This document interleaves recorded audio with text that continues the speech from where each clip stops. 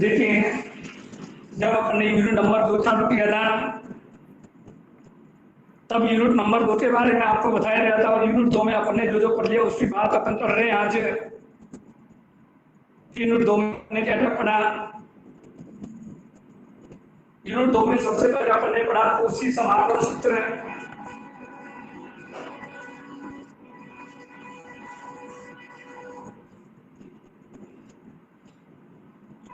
उसके बाद अपन ने पढ़ा कोशी के प्रथम अवकलन का सूत्र। उसके बाद अपन ने पढ़ा कोशी के एनवे अवकलन का सूत्र। उसके बाद 3 सवाल पढ़े गए, एक साइड वाला, 2 इसी पार वाले, 2 महत्वपूर्ण सवाल अपन ने पढ़े। दोनों एक से सवाल पे आपको पढ़े। उसके बाद अपन ने पढ़ी इसी विश्लेषित फलन का स्वयं एक विश्लेषित फलन होता है, अच्छा प्रमेय का। उसके बाद अपन ने पढ़ा प्रदेश किसे रहते हैं, और प्रदेश दो प्रकार के होते हैं, यह अपन ने पढ़ा। कंटूर की परिभाषा अपन ने पढ़ी, कंटूर क्या होता है। एनवे अवकलन को बनाने वाली प्रमेय अपन ने पढ़ी।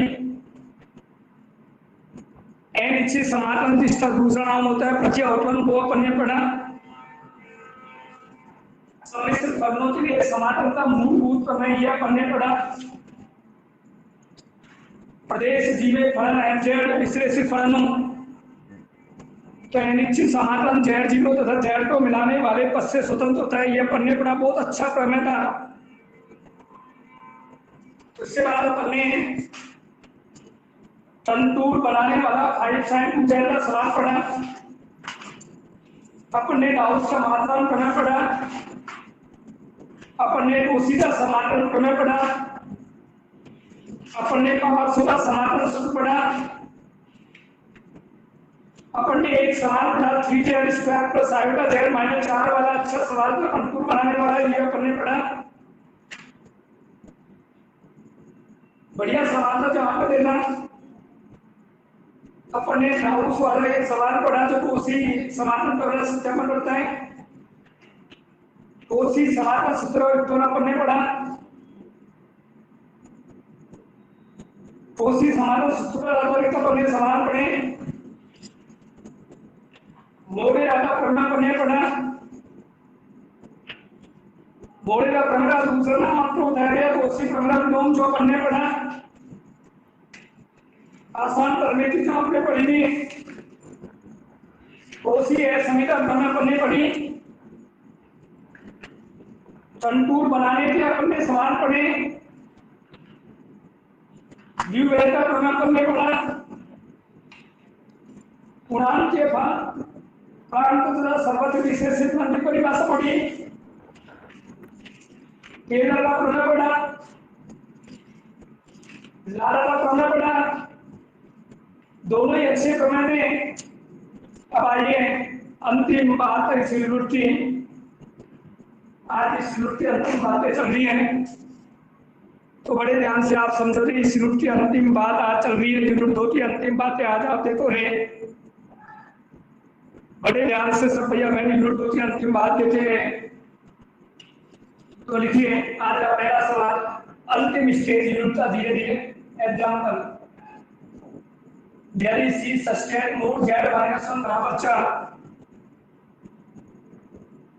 यदि सी सस्टेन मोड जेड माइनस 1 बराबर 4, तो इसी स्थिति में कंटूर सी की पावर 3 जेड बटे Z minus pi iota, contour C e की पावर 3 जेड बटे जेड माइनस पाई आयोटा का मान ज्ञात कीजिए। बहुत अच्छा सवाल, बेहतरीन सवाल है, कहीं कोई दिक्कत नहीं आनी चाहिए। इसका मान अपन निकालने जा रहे हैं। बढ़िया सवालों में ये सवाल, तो आप सब भैया बहन बड़े ध्यान से इसको सुनना। अंतिम स्टेज पर यूनिट 2 आज पूरा हो जाएगा। इम्पोर्टेंट है यूनिट 2 से, आप देखिए ऊपर आए यूनिट तक इसका मान अपन नोट डालना है। तो रिचे सॉल्यूशन हम जानते हैं कोशी समाकलन सूत्र के अनुसार हम जानते हैं कोशी समाकलन सूत्र के अनुसार हम जानते हैं, कोशी समाकलन सूत्र के अनुसार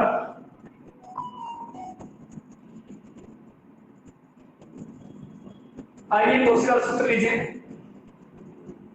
एफ जेड जीरो बराबर 1/2 पाई आएगा टन टू C F Z D Z बटे जेड माइनस जेड जीरो। इसका सूत्र बनेगा कोशी के समाकलन का सूत्र। अच्छा सूत्र था। हम जानते हैं कोशी समाकलन सूत्र के अनुसार एफ जेड जीरो बराबर 1/2 पाई आएगा टन टू C F Z D Z बटे जेड माइनस जेड जीरो। तीसरा सूत्र कोशी का समाकलन सूत्र है।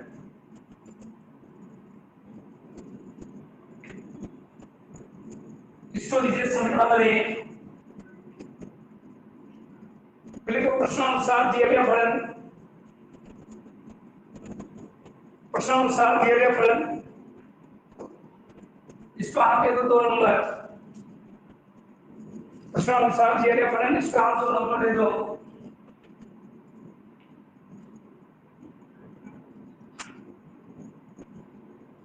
समीकरण 2 की तुलना समीकरण 1 से करने पर,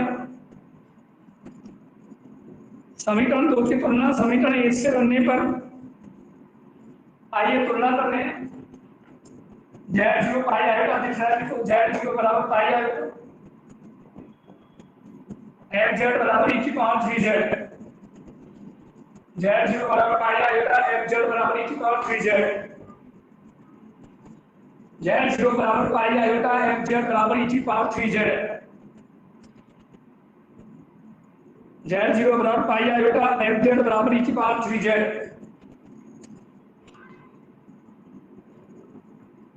अतः समीकरण 1 से आइए समीकरण 1 में चले, नजरें बोर्ड पर रखें।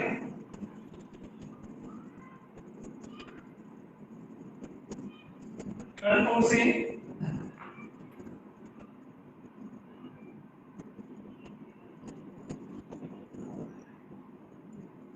जेड जीरो का मान पाई जाएगा बढ़ाने से देख ले बोर्ड।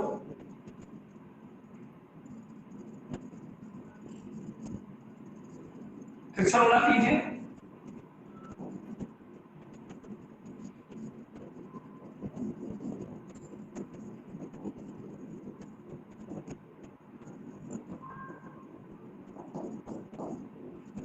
इसके पढ़ा लीजिए।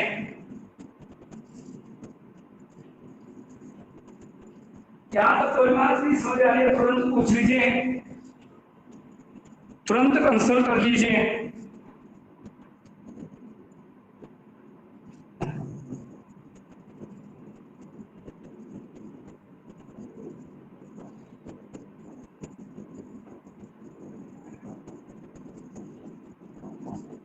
बढ़ाइए।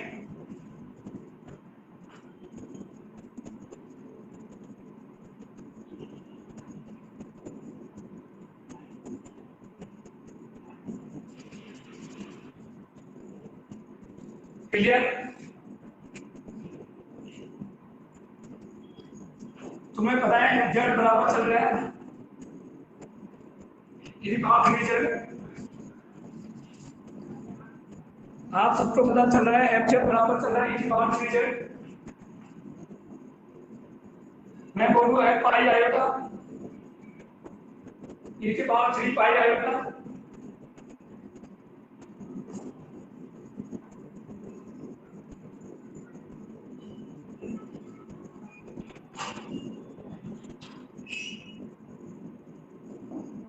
बढ़ा लें।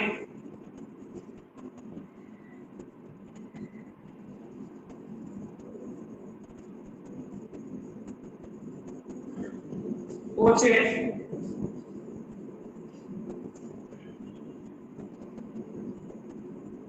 यहाँ तक कोई बात नहीं समझ आ रही है बोले।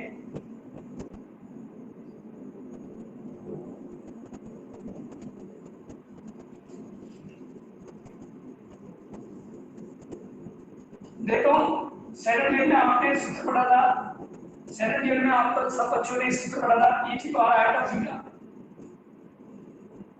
Cos theta plus iota sine theta. Second year में आप सब बच्चों ने सूत्र पढ़ा था, ई की पावर आयोटा थीटा, और ई की पावर आयोटा थीटा का सूत्र होता है cos theta plus iota sine theta. तो यहाँ पर चल रहा है मेरे पास ई की पावर आयोटा 3 पाई, तो क्या हो गया वो कोस 3 पाई प्लस आयोटा साइन 3 पाई। सेकंड में आपने पढ़ा था ई की power iota theta cos theta plus iota sine theta, तो ई की पावर आयोटा 3 पाई क्या हो गया कोस 3 पाई प्लस आयोटा साइन 3 पाई। कोस 3 पाई माइनस ए साइन 3 पाई 0 आया क्या माइनस ए, साइन में कितने पाई हो सब 0,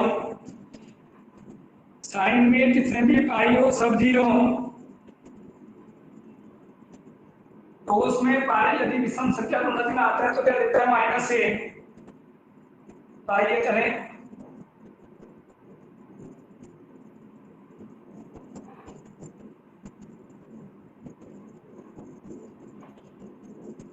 या आपका सर एक बढ़िया सवाल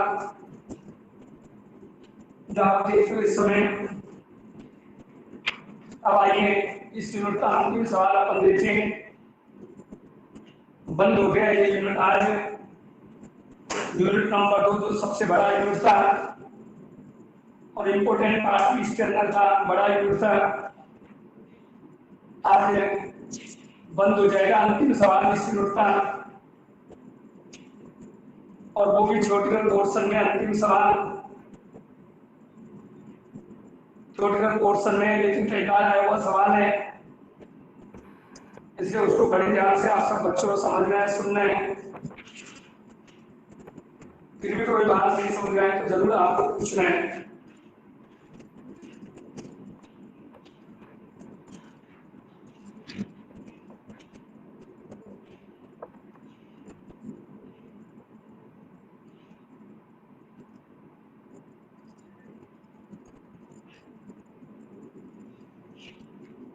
इस सवाल को पढ़ लीजिए,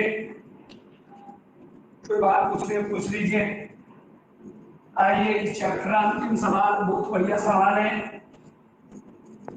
हिंदी लैंग्वेज में 3 बार अब आ चुका, पेज नंबर 216 पर है। यदि किताब में आप देखना चाहो तो एग्जाम्पल 216 पर, इससे पहले भी 216 पर जो एग्जाम्पल था वो आपको छुड़वा दिया, वो भी कई बार आया हुआ था। ये जो एग्जाम्पल पढ़ने जा रहे हैं ये भी कई बार आया हुआ है, तो बड़े ध्यान से आप समझना। देखिए एग्जाम्पल एफ जेड बराबर Z square plus 5 Z plus 6 बटे जेड माइनस 2। एग्जाम्पल है एफ जेड बराबर Z square plus 5 Z plus 6 बटे जेड माइनस 2। तो क्या दिया गया फलन, तो क्या दिया गया फलन,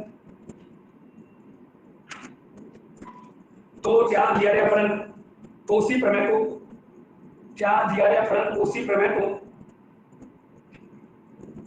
क्या दिया गया फलन कोसी प्रमेय को निम्न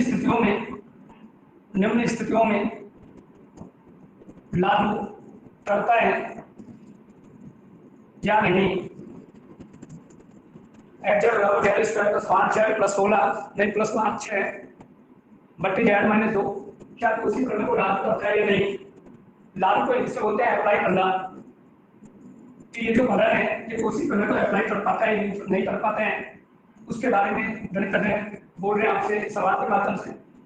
और इसमें भी पहली स्थिति दिया, लिखो यदि समाकलन का पक्ष, यदि समाकलन का पक्ष सी, यदि समाकलन का पक्ष सी एक वृत्त मोड जेड बराबर 3 हो,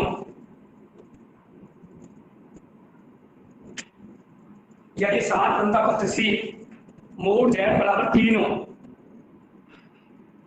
नंबर 2 समाकलन का पक्ष सी मोड जेड बराबर 1 हो, समाकलन का पक्ष सी मोड जेड बराबर 1 हो।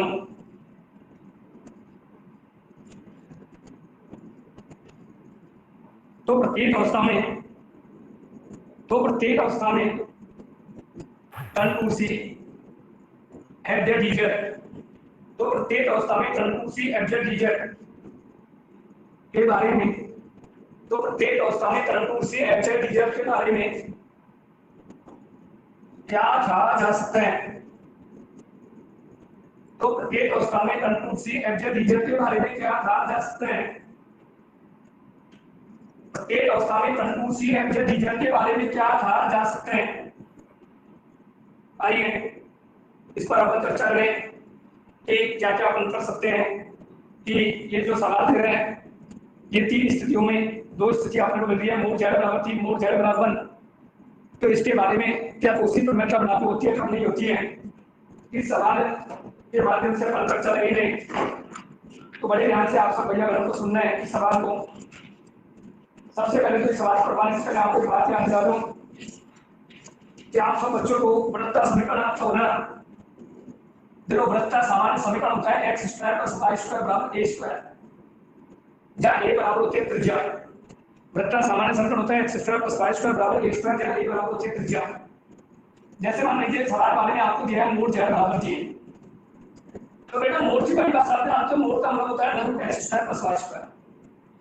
बेटा मोड की परिभाषा आप जानते हो, under root x square plus y square होता है, यदि मैं बोलूं दोनों पक्ष का वर्ग करें तो तू बोलेगा x square plus y square बराबर 9, अरे ये तो बोलेगा। और जब मैं बोलूं इसको इस तरह कर दो तो बोलेगा 9 तो क्या बोलेगा वो 3 का स्क्वायर, 9 तो क्या बोलेगा 3 का स्क्वायर। तो बेटा ये जो कंडीशन है ये आपकी लाइन कर रही है, ये आपकी फॉर्मूला लाइन कर रही है, आप देखो। तो यहाँ से यदि a का मान निकाले तो a का मान क्या है आपके 3 है, यानी मेरे कहने का मतलब है चाहे सवाल वाला मोड जेड बराबर 3 दे, चाहे मोड जेड बराबर 1 दे, आपको पता है यहाँ टर्न टू चल रहा है, और टर्न टू का अर्थ आप सब भैया बहन जानते हो, टर्न टू का अर्थ होता है वृत्त, टर्न टू का अर्थ क्या होता है वृत्त, सर्किल। आइए उन सब बातों की चर्चा करें, आगे बढ़े, ध्यान बस में समझने का प्रयास करें। तो देखो सॉल्यूशन, देखो सॉल्यूशन, देखो दिए गए फलन का विचित्र बिंदु, दिए गए फलन का विचित्र बिंदु, दिए गए फलन का विचित्र बिंदु क्या होता है? विचित्र बिंदु सुन ले, सभी बच्चों सुन लो जिनको विचित्र बिंदु के बारे में नहीं है पता। अभी दूसरे बात आपको डिटेल से बताया जाएगा, फिलहाल इस सवाल के लिए सुनो विचित्र बिंदु क्या होता है। विचित्र बिंदु वह बिंदु होता है जिस पर फलन है परिभाषित हो, विचित्र बिंदु वह बिंदु होता है जिस पर फलन है परिभाषित हो। फलन के परिभाषित होने का तात्पर्य है कि फलन से प्राप्त परिणाम अनंत आवे। किसी भी सवाल के विचित्र बिंदु को ज्ञात करने के लिए उसके अर्थ को 0 के बराबर माना जाता है, किसी भी सवाल के विचित्र बिंदु को ज्ञात करने के लिए उसके अर्थ को 0 के बराबर माना जाता है। माना z - 2 बराबर 0, तो z बराबर 2। किसी भी फलन के विचित्र बिंदु को ज्ञात करने के लिए उसके अर्थ को 0 के बराबर माना जाता है।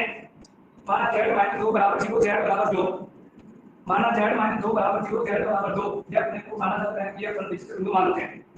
अब सबसे पहले आपको बता दूं कि z बराबर 2 वो है, तो इसको यहाँ भरते ही ये फैल हो जाएगा, 2 - 2 0 हो जाएगा, तीसरे भी 0 होता है तो अनंत हो जाता है। विचित्र बिंदु का मतलब होता है कि वह बिंदु जिस पर फलन सदैव है परिभाषित हो, यानी जिस पर फलन का उत्तर अनंत आए वो विचित्र बिंदु कहलाता है। हमने माना z - 2 बराबर 0, तो z बराबर क्या हो गया 2। यदि यहाँ 2 बनो तो 2 - 2 0, और तीसरे भी बढ़ते 0 होता है तो उसका मान क्या होता है अनंत होता है।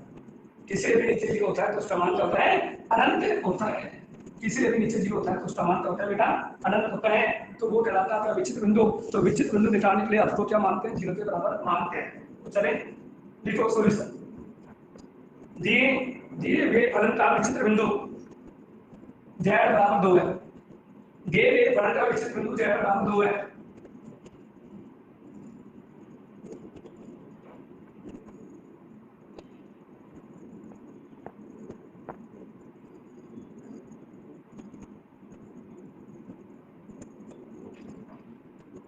दिए गए फलन का विचित्र बिंदु z बराबर 2 है, क्योंकि देखो क्योंकि z बराबर 2 का प्राप्त परिणाम, क्योंकि z बराबर 2 पर प्राप्त परिणाम अनंत प्राप्त होता है, क्योंकि z बराबर 2 पर प्राप्त परिणाम अनंत प्राप्त होता है।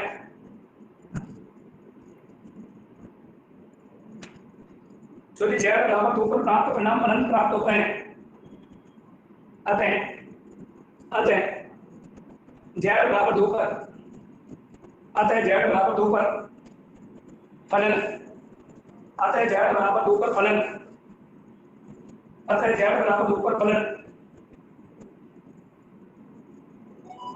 विश्लेषित फलन भी नहीं है।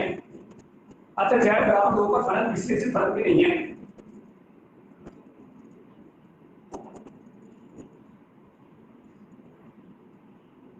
अतः जेड बराबर 2 पर फलन विश्लेषित फलन भी नहीं है। जेड बराबर 2 पर फलन विश्लेषित फलन भी नहीं है। विश्लेषित कब होता है? जब फलन परिभाषित हो। जब आपको पता है फलन ही है, परिभाषित हो गया, तो विश्लेषित फलन कहां से होगा? तो लिखो लाइन प्रश्न, लाइन प्रश्न, केस फर्स्ट, केस फर्स्ट। तो जब सरल संबंध कंटूर सी, जब सरल संबंध कंटूर सी, जब सरल संबंध कंटूर सी मोड जेड बराबर 3 हो, जब सरल संबंध कंटूर सी मोड जेड बराबर 3 हो, तब तब तब बिंदु, तब बिंदु जेड बराबर 2, तब बिंदु जेड बराबर 2 वृत्त के अंदर की ओर स्थित होगा। तब बिंदु जेड बराबर 2 वृत्त के अंदर की ओर स्थित होगा। क्यों होगा? क्योंकि अभी थोड़ी देर पहले आपको बताया गया था कि मोड जेड का मतलब होता है अंदर उनका X square plus Y square. तुम्हें पता है X square plus Y square बराबर 3 तो बाहर पड़ेगा, तो X square plus Y square बराबर क्या हो गया? 9। यानी तुझे पता है कि जनरल समीकरण होता है X square plus Y square बराबर ए स्क्वायर, और ए का मतलब क्या होती है? रेडियस, और ए यहाँ पर क्या है बेटा? 3। यदि मैं बोलूं कि मोड जेड बराबर 3 हो, मैक्सिमम बाउंड्री 3 हो, और बिंदु जेड बराबर 2 तो बता अंदर ही तो होगा। यदि त्रिज्या की परिभाषा क्या होती है? केंद्र से परिधि के बीच की दूरी त्रिज्या कहलाती है। तो बेटा त्रिज्या 3 है और बिंदु जेड बराबर 2 है, तो अंदर की ओर ही तो स्थित होना। यदि 3 से बड़ा बिंदु होता तो बाहर की ओर स्थित होता। तो वही लाइन में लिखवा रहा हूं, जब सरल संबंध अनुकूल सी एक वृत्त मोड जेड बराबर 3 हो, एक वृत्त मोड जेड बराबर 3 हो, एक वृत्त मोड जेड बराबर 3 हो, तब बिंदु जेड बराबर 2, तब बिंदु जेड बराबर 2 वृत्त के अंदर की ओर स्थित होगा। तब बिंदु जेड बराबर 2 वृत्त के अंदर की ओर स्थित होगा।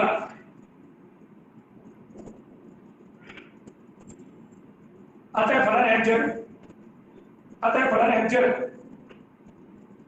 अतः फलन एफ जेड वृत्त के अंदर सभी बिंदुओं पर, अतः फलन एफ जेड वृत्त के अंदर सभी बिंदुओं पर, अतः फलन एफ जेड वृत्त के अंदर सभी बिंदुओं पर विश्लेषित फलन हो, अतः फलन एफ जेड वृत्त के अंदर सभी बिंदुओं पर विश्लेषित फलन हो। यह कहना संभव नहीं होगा, यह कहना संभव नहीं होगा। अतः फलन एफ जेड वृत्त के अंदर सभी बिंदुओं पर विश्लेषित फलन हो, यह कहना संभव नहीं होगा, यह कहना संभव नहीं होगा।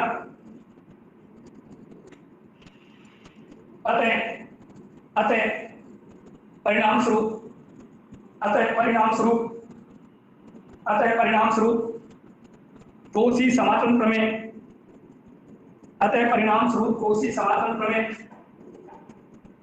लागू नहीं की जा सकती। अतः परिणाम स्वरूप कोशी समाकलन प्रमेय लागू नहीं की जा सकती। लागू का मतलब होता है अप्लाई। अतः परिणाम स्वरूप कोशी समाकलन प्रमेय लागू नहीं की जा सकती। फिर तो point number 2, point number 2,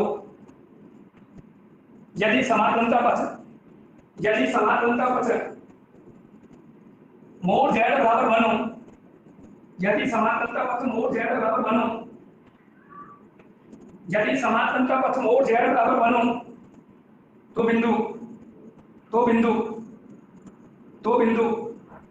Z बराबर 2, तो बिंदु जेड बराबर 2, पॉइंट नंबर 2, वापस बोल रहा हूं दोबारा सुनो। यदि समाकलन का पथ, यदि समाकलन का पथ मोड जेड बराबर 1 हो, यदि समाकलन का पथ मोड जेड बराबर 1 हो, तो बिंदु z बराबर 2, तो बिंदु z बराबर 2 वृत्त के बाहर की ओर स्थित होना, तो बिंदु z बराबर 2 वृत्त के बाहर की ओर स्थित होना। अरे आपको पता है ये वृत्त हैं, अरे मोड z का मतलब x square plus y square होता है, वर्ग करेगा पता ही नहीं होता, तो कोई बात नहीं बोल रहा हूं। यदि समानांतर पथ मोड z बराबर 1 हो तो बिंदु z बराबर 2 वृत्त के बाहर की ओर स्थित होगा, तो बिंदु z बराबर 2 वृत्त के बाहर की ओर स्थित होगा। अतः फलन fz वृत्त के अंदर तथा परिधि पर स्थित है। अतः फलन fz वृत्त के अंदर तथा परिधि पर स्थित, अतः फलन fz वृत्त के अंदर तथा परिधि पर स्थित सभी बिंदुओं के लिए विश्लेषित फलन होगा, सभी बिंदुओं के लिए विश्लेषित फलन होगा, जिसके परिणाम स्वरूप कोशी समाकलन प्रमेय लागू नहीं की जा सकती, जिसके परिणाम स्वरूप कोशी समाकलन प्रमेय लागू नहीं की जा सकती। अरे सीधी सी बात है मनीषा सनी, मोड z बराबर 1 है, अधिकतम वैल्यू 1 है, त्रिज्या उसकी 1 है, अरे बिंदु उसका 2 है, तो भारतीय ओर ही तो होगा, मतलब भारतीय ओर होगा, तो आपको पता है कोशी समाकलन प्रमेय अप्लाई नहीं हो सकती, कोशी समाकलन प्रमेय लागू नहीं हो सकती। कोशी समाकलन प्रमेय तो कब लागू हुई, जब आपको पता है फॉर्मूला किस तरह की हो, लेस हो, जो वृत्त की त्रिज्या दी जाए उससे छोटी हो। अब आइए आज की चर्चा चालू करें, ध्यान आप डीपली पढ़ें। अरे डालो यूनिट नंबर 3, बहुत बढ़िया यूनिट है, सबसे बड़ी बात है सरल यूनिट है, कोई हार्ड यूनिट नहीं है, बस थोड़ा भाषाओं का ध्यान रखना है, जिनसे आपको समझना है। अरे डालो यूनिट नंबर 3, पहली परिभाषा को विचित्र बिंदु, पहली परिभाषा को विचित्र बिंदु, पहली परिभाषा को विचित्र बिंदु देखो, विचित्र बिंदु वह बिंदु होते हैं, विचित्र बिंदु वह बिंदु होते हैं, विचित्र बिंदु वह बिंदु होते हैं जिस पर फलन, विचित्र बिंदु वह बिंदु होता है जिस पर फलन सदैव अपरिभाषित हो। विचित्र बिंदु वह बिंदु होता है जिस पर फलन सदैव अपरिभाषित हो, जिस पर फलन सदैव अपरिभाषित हो। फलन के अपरिभाषित होने का अर्थ यह है कि, फलन के अपरिभाषित होने का अर्थ यह है कि,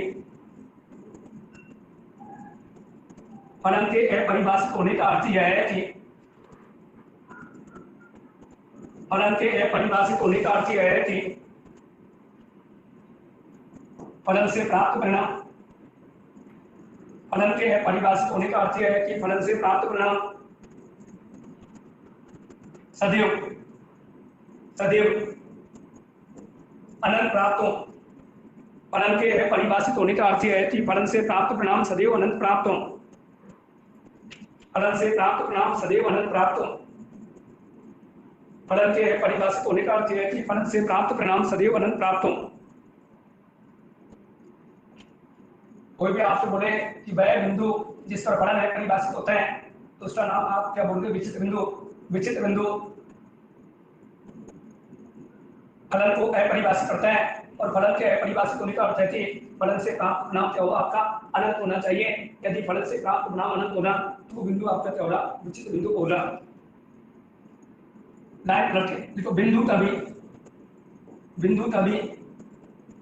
विचित्र नहीं होता है, बिंदु कभी विचित्र नहीं होता है, बिंदु कभी विचित्र नहीं होता है, परंतु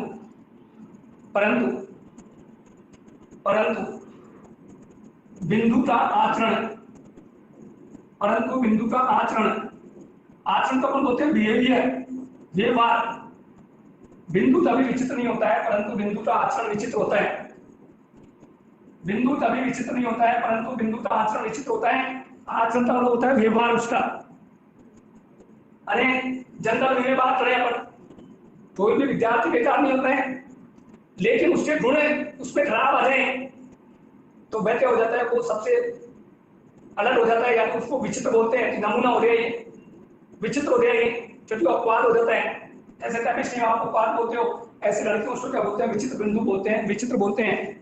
तो वही वाली बात मैं बोल रहा हूँ, बिंदु कभी विचित्र नहीं होता है, परंतु बिंदु का आचरण क्या होता है, विचित्र होता है। आचरण का होता है उसका बिहेवियर, बिंदु कभी भी विचित्र नहीं होता है, परंतु बिंदु का आचरण क्या होता है, विचित्र होता है। तो लिखो, ये थी विचित्र बिंदु की परिभाषा। फिर रहने डालो नेक्स्ट, विचित्र बिंदु पर, विचित्र बिंदु पर अवशेष ज्ञात करने के लिए, विचित्र बिंदु पर अवशेष ज्ञात करने के लिए, विचित्र बिंदु पर अवशेष ज्ञात करने के लिए निम्न सूत्र लिया जाता है।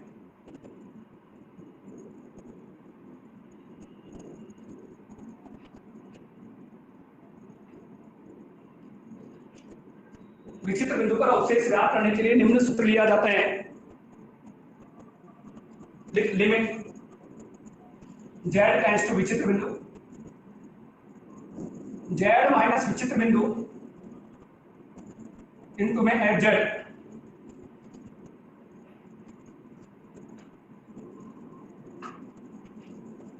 विचित्र बिंदु पर अवशेष ज्ञात करने के लिए निम्न सूत्र लिया जाता है। लिमिट z टेंड्स टू विचित्र बिंदु, z माइनस विचित्र बिंदु इनटू एफ जेड, विचित्र बिंदु का अवशेष ज्ञात करने के लिए निम्न सूत्र लिया जाता है।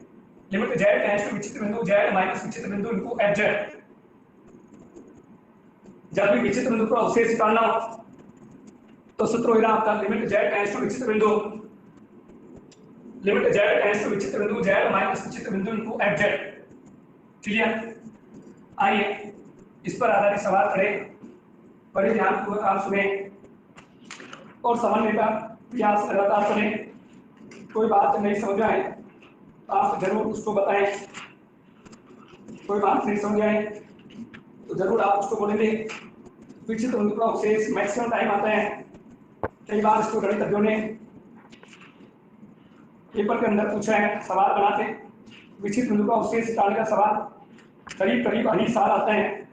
और अभी अभी लेटेस्ट जो सवाल 2020 के पेपर में आया था, कोरोना प्रभाव से जो पेपर हुआ था उसमें भी आया था, लिखो एफ जेड बराबर जेड स्क्वायर बटे जेड माइनस 3।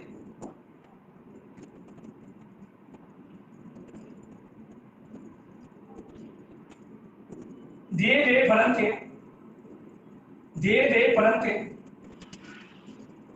विचित्र बिंदु ज्ञात कीजिए, दिए गए फलन के विचित्र बिंदु ज्ञात कीजिए।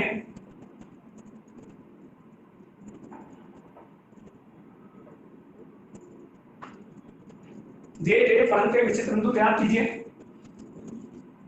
तथा विचित्र बिंदु पर अवशेष भी ज्ञात कीजिए। दिए गए फलन के विचित्र बिंदु ज्ञात कीजिए तथा विचित्र बिंदु पर अवशेष भी ज्ञात कीजिए। दिए गए फलन के विचित्र बिंदु ज्ञात कीजिए तथा विचित्र बिंदु पर अवशेष भी ज्ञात कीजिए। सवाल बोल रहे हैं दिए गए फलन के विचित्र बिंदु ज्ञात कीजिए तथा विचित्र बिंदु पर अवशेष भी ज्ञात कीजिए। बहुत अच्छा सवाल है, बहुत बढ़िया सवाल है।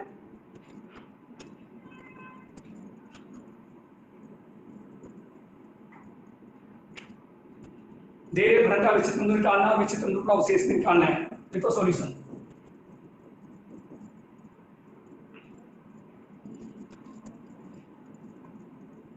सर्वप्रथम दिए गए फलन के विचित्र बिंदु ज्ञात करने के लिए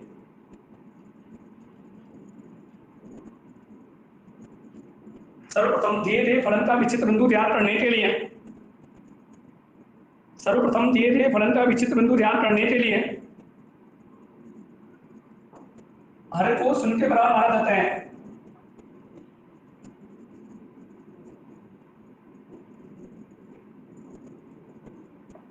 सर्वप्रथम दिए गए फलन का विचित्र बिंदु ज्ञात करने के लिए हर को शून्य के बराबर माना जाता है।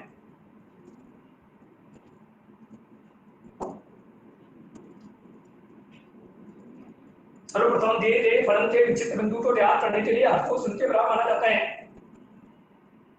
हर को शून्य के बराबर माना जाता है। माना z माइनस 3 बराबर 0 या z माइनस 1 बराबर 0 या z माइनस 2 बराबर 0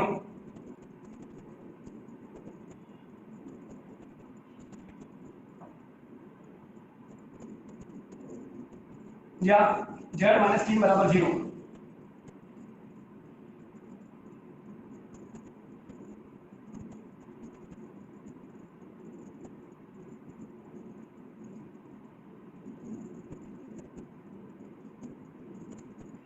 या z बराबर 2 z बराबर 3।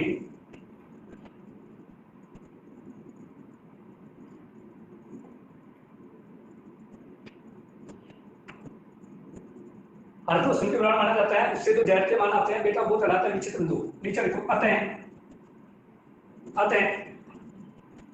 फलन के विचित्र बिंदु z बराबर 1, 2, 3। अतः फलन के विचित्र बिंदु z बराबर 1, 2, 3। फलन के विचित्र बिंदु z बराबर 1, 2, 3। छोटे आपको बताया 1 पर अनंत देगा, 2 - 2 अनंत देगा, 3 - 3 0 प्रत्येक पूरा अनंत में चल जाएगा। अतः फलन के विचित्र बिंदु z बराबर 1, 2, 3। क्योंकि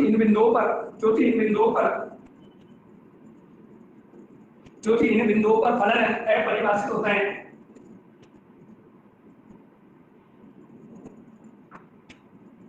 क्योंकि इन बिंदुओं पर फलन अपरिभाषित होता है। इन बिंदुओं पर फलन क्या होता है आपका अपरिभाषित होता है।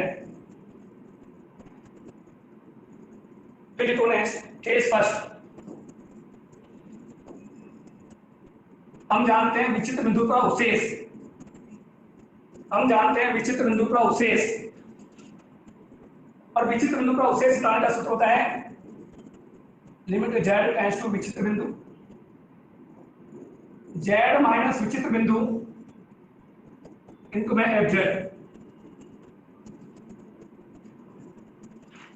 अवशेष निकालने का फॉर्मूला होता है लिमिट z टेंड्स टू विचित्र बिंदु z माइनस विचित्र बिंदु इनको fz।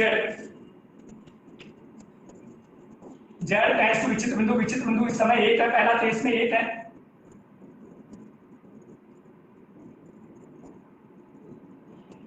बड़ा से देखो बोर्ड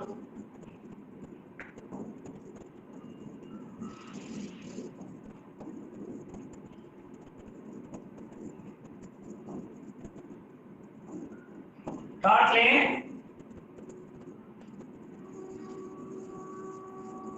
एफजेड का मान बनते काट लें और जैसे ही कट जाएगा बच्चे ऊपर लिमिट ले लें।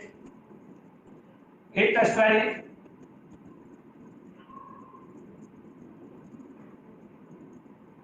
1/2 पहला अवशेष आ गया 1/2। केस 1 का अवशेष आ गया 1/2। जैसे जैसे लिमिट असरदार हो जाएगा केस नंबर 2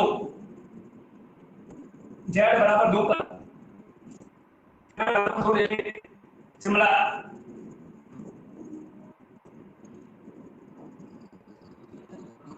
बढ़ा के शिमला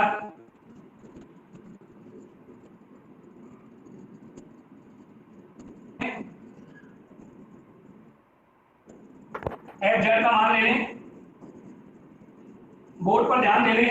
शिमला काट ले, बच्चे पर लिमिट ले लें।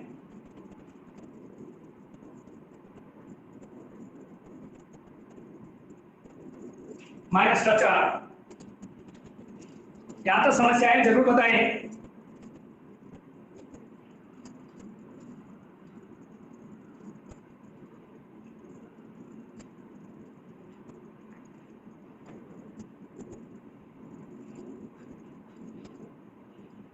बिल्कुल तेज थर्ड z बराबर 3 पर z बराबर 3 ले ले शिमला z बराबर 3 पर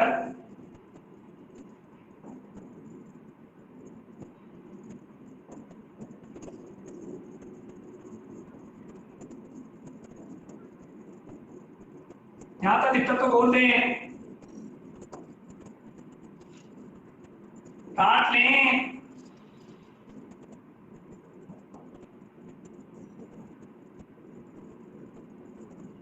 9/2।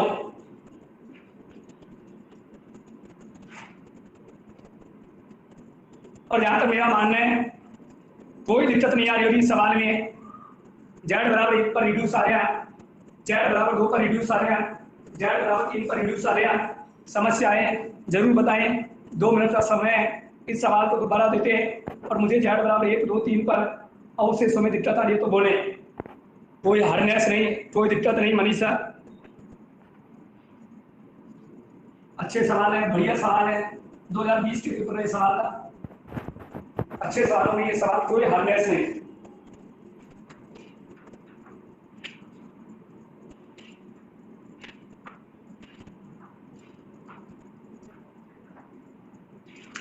आइए आगे बढ़े, नेक्स्ट स्ट्रक्चर बढ़े। देखो नेक्स्ट, अनंत पर अवशेष।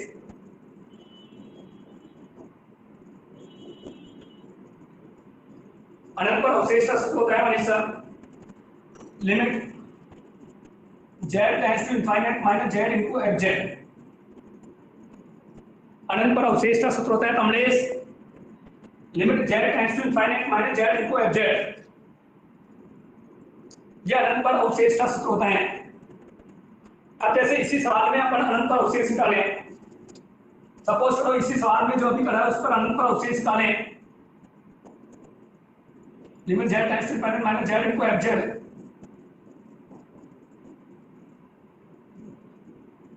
उतार लें,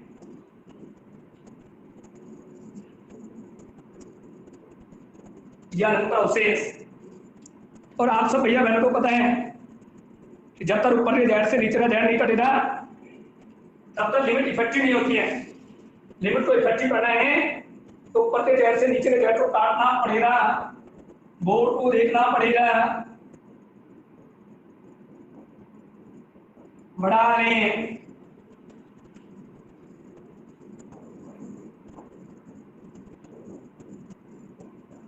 कॉमन ले लें, फिर कॉमन ले लें, फिर कॉमन ले लें, काट लें,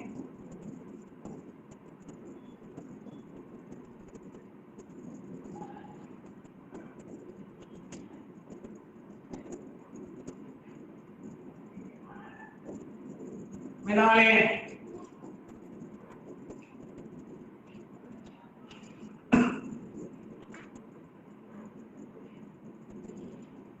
मनीषा 2020 में सवाल कंप्लीट आया था, जब आपको फलन दे रहे हैं एफ जेड बराबर जेड स्क्वायर बटे Z minus 1 Z minus 2 Z minus 3। आप इस फलन के विचित्र बिंदु पर अवशेष निकालो जो निकाल चुके हैं। आप इस फलन का अनंत पर अवशेष निकालो जो निकाल चुके हैं। पेपर वाले ने पूछा था विचित्र बिंदु पर अवशेष निकालो, अनंत पर अवशेष निकालो, और फिर पेपर वाले ने बोला था कि विचित्र बिंदु पर अवशेष और अनंत पर अवशेष तीनों का जोड़, विचित्र बिंदु पर अवशेष और अनंत पर अवशेष, इनका जोड़ शून्य होना चाहिए, ये बोला था। तो आप सब बच्चे तीनों अवशेष जो आए थे पहले तो उनको लो, फिर अनंत को लो, और मुझे बताओ इनका जोड़ 0 आ रहा है नहीं आ रहा है। सब बच्चे, पहला आया था 1/2, दूसरा आया था -4, तीसरा आया था 9/2, अनंत पर आया -1, 9/2 में 1/2 जोड़ 5, -5 0। अरे 9/2 1/2 10/2 5 हो गया ना, थोड़ा 0 आया नहीं आया। तो 2020 के पेपर में यही सवाल आया था कि हम आपको फलन दे रहे हैं एफ जेड बराबर जेड स्क्वायर बटे Z minus 1 Z minus 2 Z minus 3। आप इसके विचित्र बिंदु का अवशेष लीजिए, आप इसका अनंत का अवशेष लीजिए, आप दोनों को जोड़ दीजिए और जोड़ने पर उत्तर 0 आना चाहिए। कन्फर्म करें जल्दी, पता मुझे 0 आ रहा है या नहीं आ रहा है।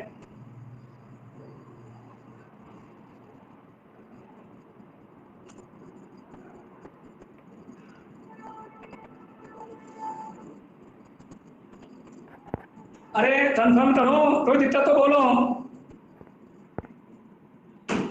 आसान टर्म है, आज अपन इतना ही पढ़ेंगे। जो यूनिट की शुरुआत है, इस यूनिट में आने वाले प्रमेय रीमा का प्रमेय, तेसो-राकी का प्रमेय, लिन-कोंस का प्रमेय, कौशी अवशेष प्रमेय, बीजगणित का मूलभूत प्रमेय, सभी इंपोर्टेंट प्रमेय। थोड़ा अपन विचित्रता पढ़ेंगे कि विचित्र बिंदुओं से विचित्रता कैसे बनती है और विचित्रता कितने प्रकार की होती है। विचित्र अभी आपने देखा, थोड़ा अपन पढ़ेंगे विचित्रता। नेक्स्ट कल पढ़ेंगे, आज कम पढ़ रहे हैं, थोड़ा सा यूनिट चेंज हुई है तो आपके दिमाग में सेट हुए, नेक्स्ट पढ़ेंगे।